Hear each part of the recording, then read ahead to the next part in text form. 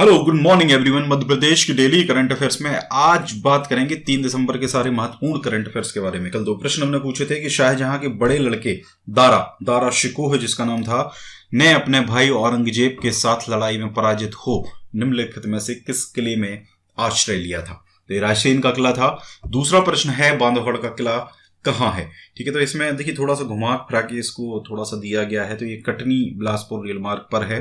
ठीक है, और अभिषेक गौर ने इसका आंसर किया है बांधवगढ़ का किला भारत के मध्य प्रदेश राज्य में है, जो उमरिया जिला और शहडोल संभाग में आता है। इस किले को रीवा के राजा विक्रमादित्य सिंह ने बनवाया था। बांधवगढ़ शब्द बांधव अर्थात बंधु या भाई या गढ़ अर्थात किला से मिलकर बना है। किंवदंती है कि भगवान राम ने लंका पर नजर रखने के लिए किला बनवाकर अपने भाई लक्ष्मण को दिया था। हालांकि ये तो किंवदंतियों की बातें हैं। महाराजा मार्तंड सिंह जूदेव के प्रयास के कारण बांधवगढ़ राष्ट्रीय उद्यान 1968 में बना था। बांधवगढ़ राष्ट्रीय उद्यान में मुख्यतः साल, बांस और मिश्रित वन पाए जाते हैं। रीवा के राजा मार्तंड सिंह ने ही किले के पास एक सफेद शेर को पकड़ा था। रीवा जिले की बघेली एक प्रमुख भाषा है। बघेली या बघेली हिंदी की एक बोली है जो भारत के बघेलखंड के क्षेत्र में बोली जाती है। मध्य प्रदेश के रीवा, सतना, सीधा, उमरिया, शहडोल, अनूपपुर बोली जाती है। बघेलखंडी, रिमही और रिवई भी इसको कहा जाता है। रीवा शहर 2 नदियों के किनारे बसा है, जो बिछिया और बीहड़ नदी के संगम पर यह किला बना हुआ है। और वहीं भगवान महामृत्युंजय का मंदिर भी स्थित है। महामृत्युंजय का मेला भी रीवा जिले में ही आयोजित होता है। यहाँ पर सुपाड़ी से बने खिलौने और मूर्तियां भी विश्व प्रसिद्ध हैं। ठीक है, ध्यान रखिए, बहुत इंपॉर्टेंट आपका है। सफेद शेर मोहन के नाम पर 1987 में डाक टिकट भी जारी किया गया था। सोलर पार्क है यहाँ पर, एशिया का सबसे बड़ा। रीवा की गुड़ तहसील की जो बदवार पहाड़ियां इन पर बनाया गया है। यहाँ से दिल्ली मेट्रो को बिजली दी जा रही है। हाल ही में यानी कि पिछले साल यहाँ पर कृष्णा राज कपूर ऑडिटोरियम का निर्माण भी कराया गया है। ठीक है, और रीवा जिले के निकट 13 किलोमीटर पास में Maharaja Martand Singh Baghel white tiger safari और चिड़ियाघर मुकुंदपुर का निर्माण भी किया गया है, जहां सफेद शेरों को संरक्षण दिया जा रहा है। तो ये प्रमुख चीजें इससे रिलेटेड हो जाएंगी। गिरनौरगढ़ का जो किला है, रायसेन का जो किला है, गिरनौरगढ़ का किला के नाम से जानते हैं। इस किले का निर्माण महाराजा उदयवर्मन ने करवाया था। इस किले के पास तोते बहुत अधिक मात्रा में पाए जाते हैं। दारा शिकोह मुगल सम्राट शाहजहां का सबसे बड़ा पुत्र था।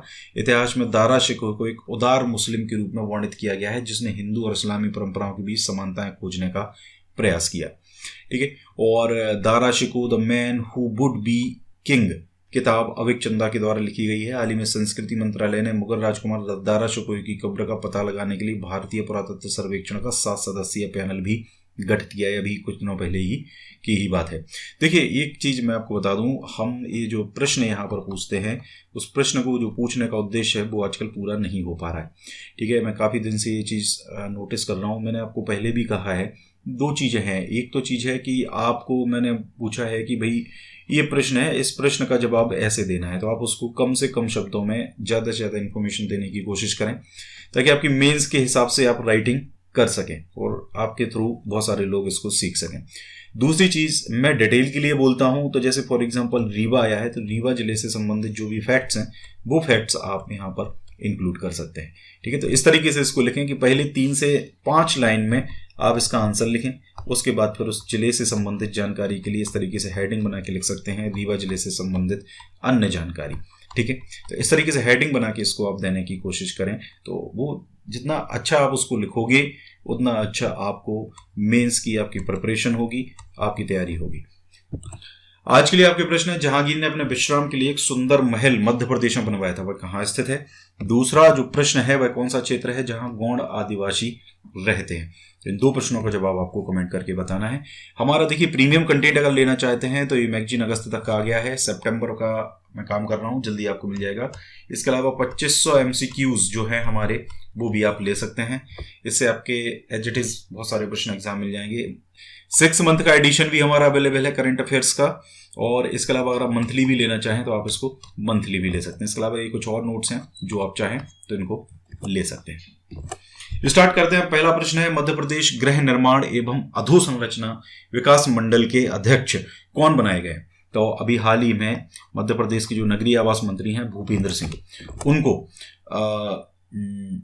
मध्य प्रदेश गृह निर्माण एवं अधोसंरचना विकास मंडल के अध्यक्ष का पदभार उन्होंने ग्रहण किया है। नगरीय विकास और आवास मंत्री आप पहले से हैं। मध्य प्रदेश गृह निर्माण एवं अधोसंरचना विकास मंडल का जो गठन है वो मध्य प्रदेश गृह निर्माण मंडल अधिनियम 1972 के अंतर्गत हुआ था। ध्यान रखिए 1972 के अंतर्गत हुआ था। यहां पर उप आयुक्त के अधीनस्थ 7 वृत्त कार्यालय होते हैं। ठीक है, इसमें एक आयुक्त एक उपायुक्त होते हैं जिसके अधीनस्थ 7 वृत्त कार्यालय सर्कल ऑफिस जो है वो होते हैं, जो कि भोपाल में 2 हैं, इंदौर, उज्जैन, जबलपुर, ग्वालियर, सागर और रीवा में एक एक आपका ये है। टोटल कितने हो जाते हैं? टोटल 7 ऑफिसेस आपके इसके हो जाएंगे।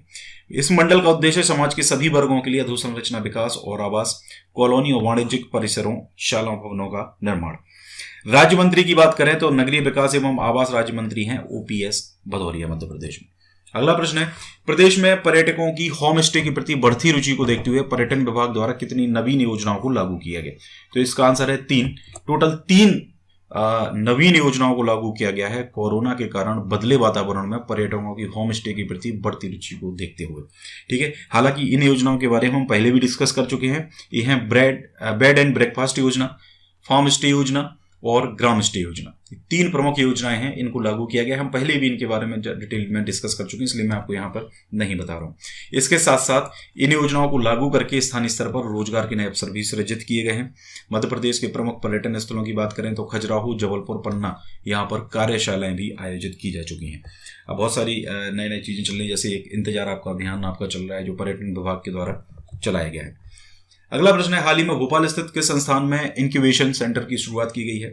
तो ये भोपाल का सरदार वल्लभ भाई पटेल पॉलीटेक्निक कॉलेज है, जहां पर हाल ही में इंक्यूबेशन सेंटर की शुरुआत करी गई है और ऐसे छात्र छात्राओं को उचित मार्गदर्शन व सहयोग देने के लिए जो अपना स्वयं का स्टार्टअप शुरू करके उद्यमिता के क्षेत्र में अपना उज्जवल भविष्य बनाना चाहते हैं, उनके लिए इस इंक्यूबेशन सेंटर की शुरुआत की गई है। 14 दिसंबर को इंक्यूबेशन सेंटर ने अपनी पहली ऑनलाइन एंटरप्रेन्योरशिप मीट आयोजित करने का भी रखा है। 14 दिसंबर को ये मीट आयोजित की जाएगी।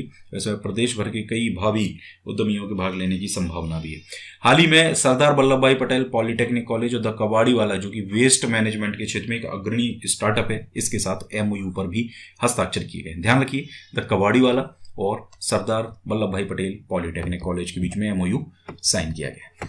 नेक्स्ट है, मध्य प्रदेश के जो जनजाति बाहुल्य क्षेत्रों में डिजिटल पेमेंट को बढ़ावा देने के लिए एटीएम स्थापना का कार्य आदिम जाति कल्याण विभाग के द्वारा शुरू किया गया है। इसमें केंद्र सरकार ने 12 करोड़ रुपए की इस योजना को मंजूरी अभी हाल ही में दी है। राज्य के 89 जो जनजाति बाहुल्य विकास खंड हैं, उनमें जिन क्षेत्रों में बैंक शाखाएं नहीं है, वहां प्राथमिकता के साथ एटीएम स्थापित किए जा रहे हैं और इस कार्य के लिए 512 हाट बाजारों का भी चयन किया गया है। और इसका फायदा क्या होगा? दुर्गम क्षेत्रों में रहने वाले जो जनजाति वर्ग है उसकी आबादी को नगद लेन देन में सुविधा मिल जाएगी। अगला प्रश्न है, हाल ही में आयोजित 3 दिवसीय राज्य स्तरीय मैराथन और कैनो स्प्रिंट चैंपियनशिप में मध्य प्रदेश के खिलाड़ियों ने कितने पदक जीते हैं? तो कुल 5 पदक जो हैं वो जीते हैं। भोपाल में ये छोटी झील जो है उसमें आयोजित करी गई थी, 30 नवंबर से आयोजित की गई थी 3 दिवसीय राज्य स्तरीय मैराथन और कैनो स्प्रिंट चैंपियनशिप। ठीक है, Madhya Pradesh kayaking canoeing association के तत्वाधान में यह आयोजित करी गई थी और मध्य प्रदेश राज्य वाटर स्पोर्ट्स अकादमी के खिलाड़ियों ने बेहतरीन प्रदर्शन करते हुए 2 स्वर्ण पदक, 2 रजत पदक और 1 कांस्य पदक सहित कुल 5 पदक इसके अंदर जीते। ठीक है, और प्रतियोगिता का जो K1 इवेंट था उसमें मध्य प्रदेश अकादमी के खिलाड़ी बलवीर जाट, C1 स्पर्धा में कावेरी ढीमर ने 1 स्वर्ण पदक जीता है, जबकि K1 स्पर्धा में अकादमी के खिलाड़ी बेशाल दांगी और C1 स्पर्धा में शिवानी वर्मा ने 1 रजत पदक जीता, यानी कि 2 प्रतियोगिताओं में टोटल 4 पदक जीते। इसके अलावा देवव्रत सिंह ने K1 इवेंट में कांस्य पदक अर्जित किया है। तो इस प्रकार की कुल 5 पदक इसमें हो जाते हैं। इस प्रतियोगिता का शुभारंभ जो है मध्य प्रदेश ओलंपिक संघ के जो सदस्य हैं BS कुशवाहा, उन्होंने किया था और कायाकिंग कैनोइंग संघ के जो चेयरमैन हैं वो हैं BS बुंदेला। ठीक है, और मुख्य कोच मयंक ठाकुर और पीयूष बरोई सहित कई प्रशिक्षक खिलाड़ी भी यहाँ पर मौजूद है। गाइस, ये पूरा था आज का करंट अफेयर का वीडियो। अगर अच्छा लगा है लाइक करिए, शेयर करिए वीडियो को ज़्यादा से ज़्यादा। Thank you very much.